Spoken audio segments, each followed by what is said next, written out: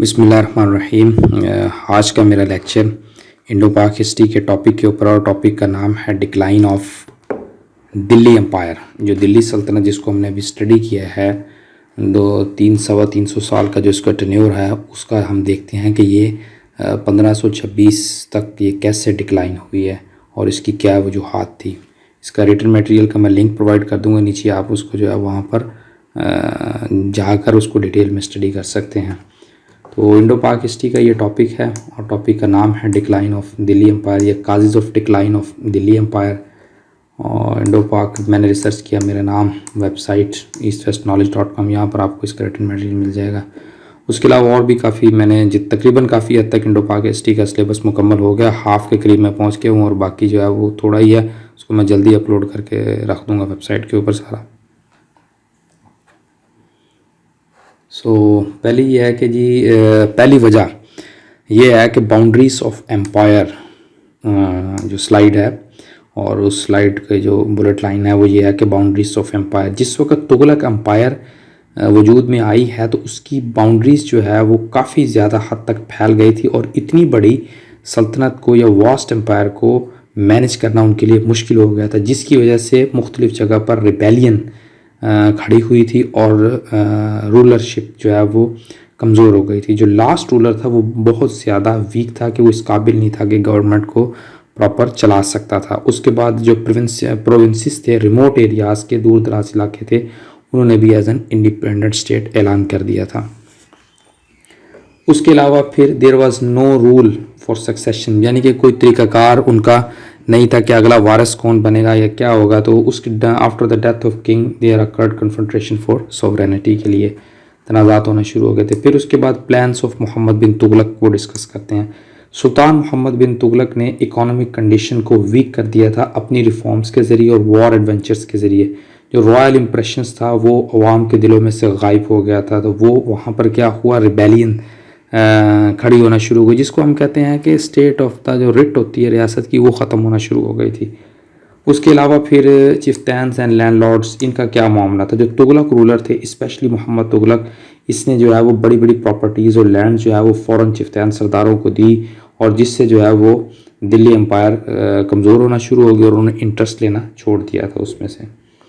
اس کے علاوہ ڈیلیکیٹ یا پالیسی آف فیروز شاہ کی کیا پالیسی تھی، دا لوز اینڈ کمپرومائزنگ پالیسی تھی اس کی، فیروز شاہ کی، اور یہ اس کے تغلق کنگڈم کے فال کا بھی ایک سبب بنی تھی یہ۔ تو اس کی فلیکسیبل جو ایٹیٹیوڈ تھا ملک کے اندر، یہ ان کی دور سلطنت کے اندر سپریشن کا باعث بنا تھا۔ اور اس نے کوئی بھی جو ہے وہ ایکسپیڈیشن دکن کی طرف نہیں کی تھی، اور یہ معاملات کو اچھی طرح کنٹرول نہیں کر سکا تھا، نہ ہی جو نارتھ انڈیا کے اندر جو ریبیلین ہو رہی تھی اس کو بھی یہ کنٹرول نہیں کر سکا تھا۔ پھر اس کے علاوہ ہے نان مسلم کمیونٹیز کا کیا ہوا۔ دلی کی سلطنت جو ہے وہ موسٹلی پاپولیٹڈ تھی ہندوؤں کے ساتھ، یعنی کہ ہندو میجورٹی میں تھے، who considered the Muslim as alliance. اس کے علاوہ انہوں نے کوئی سمپتھی اور انٹرسٹ نہیں دکھایا تھا مسلم رولرز اور گورنمنٹ کی طرف۔ اس وجہ سے جو ہے وہ یہ ہمارے لیے کوئی زیادہ ریونیو اکٹھا نہیں ہو سکتا تھا ہندو کمیونٹی سے۔ انہوں نے لیم ایکسکیوز کیا، اور جس کی وجہ سے ریاست کو چلانا مشکل ہو گیا، اکانومک ایشو بنا تھا۔ اس کے علاوہ پھر نیکسٹ سلائیڈ میں ہم دیکھتے ہیں لیک آف ملٹری ٹریننگ، یہ بھی ڈکلائن کا سبب بنی تھی۔ جو دلی کنگڈم تھی، اس نے جو ہے وہ کوئی اٹینشن توجہ نہیں دی تھی ملٹری ٹریننگ کی طرف، جو کہ common man of the state تھی۔ لوگ جو ہے وہ ریلیکس ہو گئے تھے، مینی میکنگز میں پڑ گئے تھے، اور جس سے جو ہے وہ ملٹری اگریشن ریاست کے اندر ختم ہو گیا تھا۔ اس کے علاوہ میوٹینی آف افغان، ڈے فرسٹ کے سے ہی اگر ہم دیکھیں تو افغانوں نے سپریمیسی کسی سلطان کی قبول نہیں کی تھی۔ جو after the death of Sikandar Lodhi کی وفات کے بعد دے بیکیم انڈیپینڈنٹ اور ڈیٹیچ فرام سینٹر سے وہ علیحدہ ہو گئے تھے، اور وہ آزاد ہو گئے تھے۔ اس کے بعد انیبل سکسیسر،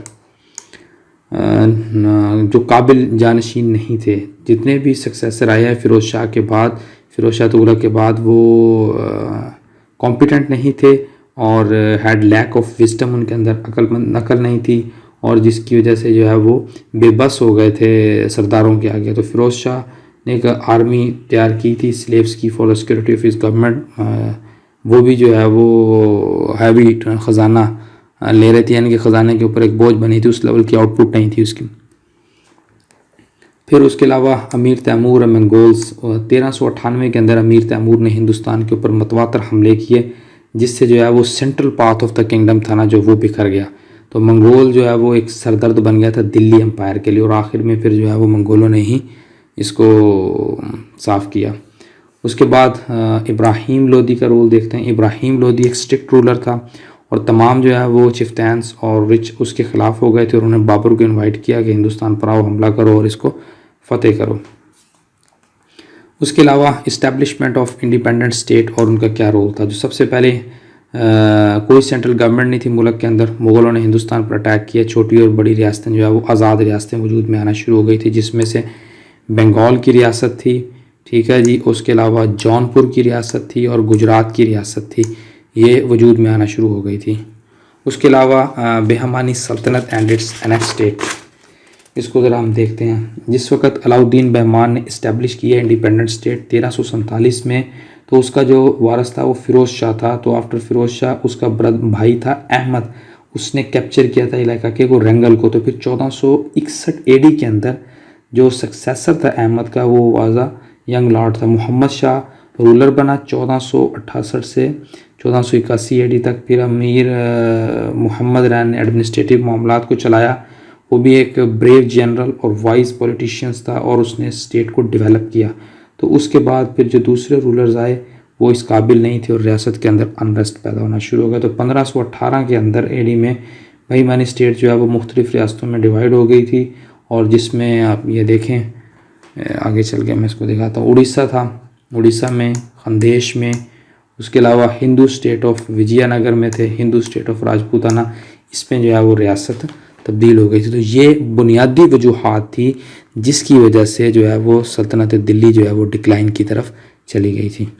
سو آج کا لیکچر اختتام پذیر ہوا. لیکچر کو سننے کے لیے شکریہ. Thank you very much.